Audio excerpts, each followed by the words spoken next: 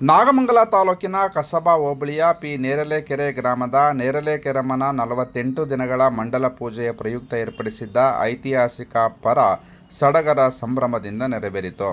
ಮಲ್ಲೇನಹಳ್ಳಿ, ಮಲ್ಲಸಂದ್ರ, ಮಾಯಗೋನಹಳ್ಳಿ ಸೇರಿದಂತೆ ನೂರಾರು ಗ್ರಾಮಗಳ ಗ್ರಾಮದೇವತೆಯಾದ ಶ್ರೀದೇವಿಗೆ ಮುಂಜಾನೆಯಿಂದಲೇ ಸಾವಿರಾರು ಭಕ್ತರು ದರ್ಶನ ಮಾಡಿ ಪುನೀತರಾದರು.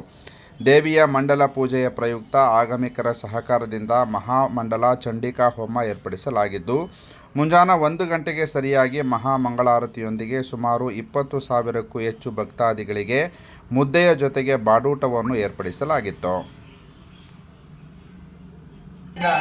ಅಮ್ಮನಿಗೆ ಮಂಡಲ ಪೂಜೆ ನಡೆದು ಕೊನೆಯ ದಿವಸ ಇಲ್ಲಿ ಅನ್ನದಾನ ಪರ ಇವತ್ತು ಅಮ್ಮನಿಗೆ ಅಭಿಷೇಕವಾಗಿ ನಡೀತಾ ಇದೆ.